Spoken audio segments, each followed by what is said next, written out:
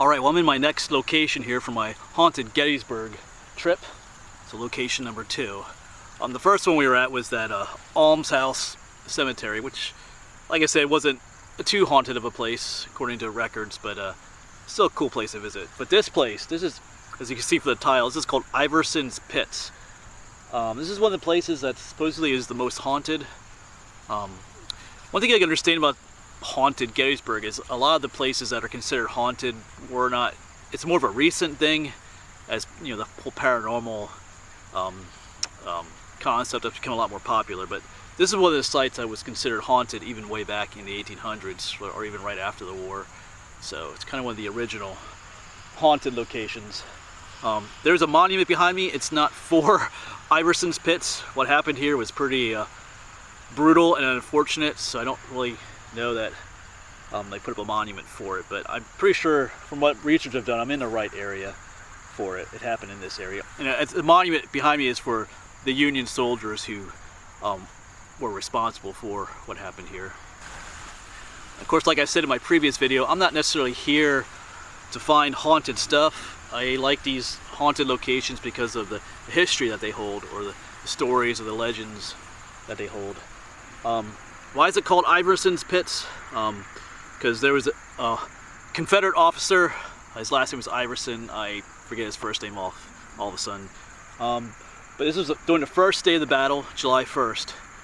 He was approaching that way towards the south, I believe, the Union lines. He was hoping to outflank some Union lines, and he just sent his men up this way, you know, in their formation. But usually when you do that, you send advance skirmishers, they're called, men to make, you send a few men ahead to make sure there's no surprises waiting for you, like enemy soldiers. But he didn't do that. He just sent his men up here. I guess he thought, I don't know what he was thinking. He got into quite a bit of trouble before it happened here. But there was a stone wall up here. There still is one. I'm not sure if it's the original stone wall, but we'll see that later when we go up there. And there were a bunch of Union forces hiding behind that stone wall. And these Confederate soldiers just came up through here, and the Union soldiers were like, whoa, you know, they couldn't believe what was happening. So they took advantage of the opportunity and just opened fire. And within 8 seconds, you know, over 500 Confederate soldiers were killed or wounded. Like about 512. Matter of 8 seconds, over 500 men gone just like that. They used to march and file, and they just laid down like that. I mean, as they died. It was pretty awful. And the sad thing too is that their commanding officer, Iverson, wasn't present with them. He had sent them ahead. And so yeah, anyway, it was pretty awful what happened here. So in a moment I'll get up and we'll look around a little bit more, but of course those men had to be buried. 500 men, they were buried in pits in this area. That's why it's called Iverson's Pits. Buried rather hastily. And I think later in the 1870s, most of the bodies were removed and taken back south and reburied, given a proper burial.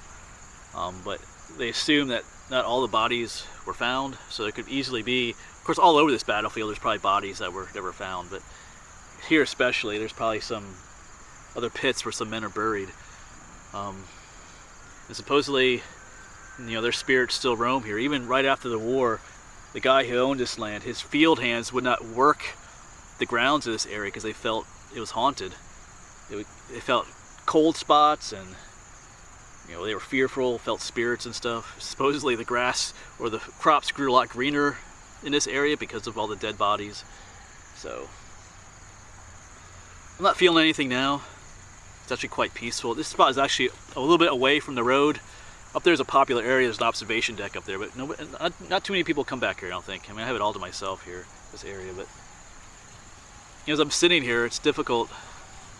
It's all nice, peaceful Friday morning here. But to think, you know, back in 1863 of July 1st, you know, a whole lot of bloodshed was occurring right here. But right now it's just kind of peaceful. Alright, we'll get up, look around a little bit. And here's what this marker says. On the afternoon of July 1st, 1863, the regiment charged to this point, capturing 2 battle flags and a number of prisoners. 88 PE volunteers erected by survivors. So that marker in and of itself is not necessarily commemorating Iverson Spits, but I think they're one of the regiments that fired upon the Confederate soldiers here. I think there was a group from Massachusetts, a regiment that was here as well, that was involved in that on the Union side of things. So, but this is the location of Iverson's Pits. So, all right, let's go walk up. You can see behind me, there are two little trails that come down here. So people do come down here. All right, well, let's take a walk back up. Check out some other things. So I'm just picturing here, you know, if we were Confederate soldiers, you know, we would have been walking this way, and up there's the stone wall. Just imagine you're a soldier headed that way, and all of a sudden a bunch of Yankees pop up with their guns and just start firing on you, and you have no chance. Just complete ambush. That's it. All right.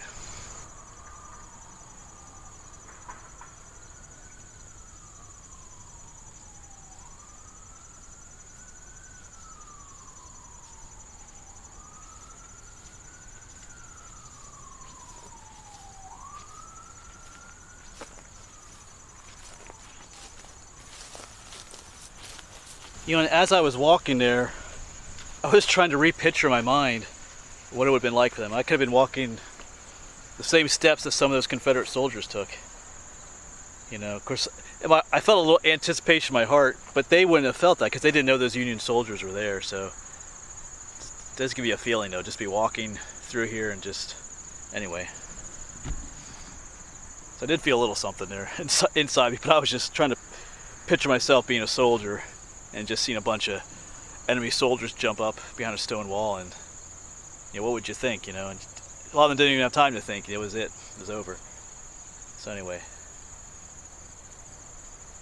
all right, let's get walking. We'll see where the stone wall is, and then we'll go up to the observation deck up there as well. Check that out.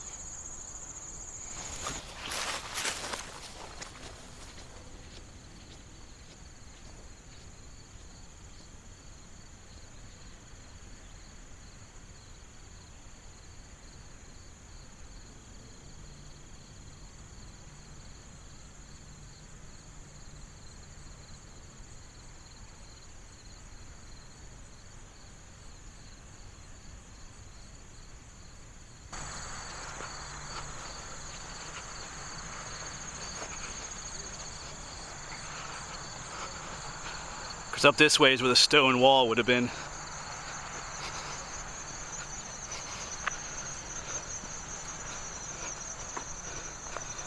I mean, in there are remnants of some pretty large stones. There's a stone wall out here, but from what I've read, it's most likely a reproduction stone wall.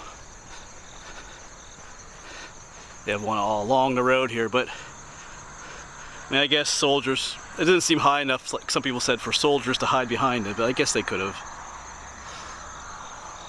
But most likely a reproduction of the original one, but still, this is where the you know, the Union soldiers would have been. Of course, this road wouldn't have been here. And down there is where we were. So down there is where those Confederate soldiers would have been marching up from. And from up here is where they would have been fired upon and then rushed down and captured them. They do have this stone wall, just continuing on. I do want to mention where this is. There's no specific location on the maps I saw for Iverson's Pits, but this is, I think this is the auto stop number 3, or the auto tour number 3. Just up there is the Eternal Flame, or Peace Flame, or something like that. This is Oak Ridge. Behind me there's an observation tower. I think this is called Doubleday Road. Actually, there's a name up for it here. Yeah, it's Doubleday Road, or Doubleday Avenue. I will tell you, the roads are not labeled so well around here sometimes, so anyway, just keep that in mind. That's where this place is. So there is an observation deck here. So let's go ahead and check this out. Get a better view of the area. Let's go up together. Maximum occupancy 150. I think I have it to myself up here. Oh, here we go.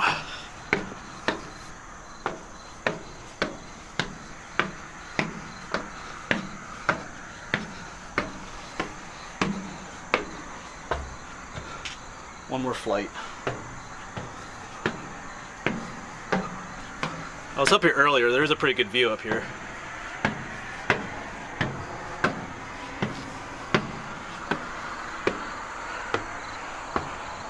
Yeah. Yeah, down there's where I started filming, that one little monument. You kind of see a stone wall down there. Just looking out across the whole area then. Of course, you got a picture, a lot would have been different back then. This road didn't exist back then.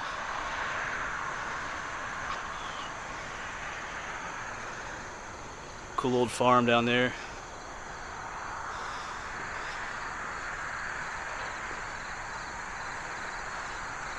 Yeah, so once again, out there's where we were. So, you know, the Confederate soldiers would have been coming probably this way, or maybe that way. I'm not sure exactly, but right here is the area of the stone wall where the Union soldiers, you know, were waiting, saw them, and just mowed them down pretty much. And out there's where the pits were.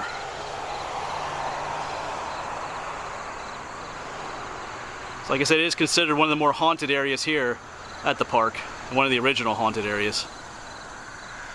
People still record seeing, you know, orbs and voices or sounds of battle. Some people even say they smell the smell of rotting meat in this area, or horse manure and stuff like that. All kinds of stuff. But whether or not it's all true, you know, you'll have to come here and decide for yourself, I guess. I'm not really sensing anything, but of course I'm here in broad daylight too. But all right, I think I will end this video here. Of course, you can research this. I just gave the barest amount of information about what happened here. If you want to learn more, you can just type in Iverson Spits, you know, on Google, do a Google search, and it'll tell you a whole lot more of what was involved here. Kind of sad location though. Of course, the rest of the places I visit today are gonna have some sad stories too as well. So a lot of people died here. All right, let's go on to the next location. Thanks for watching.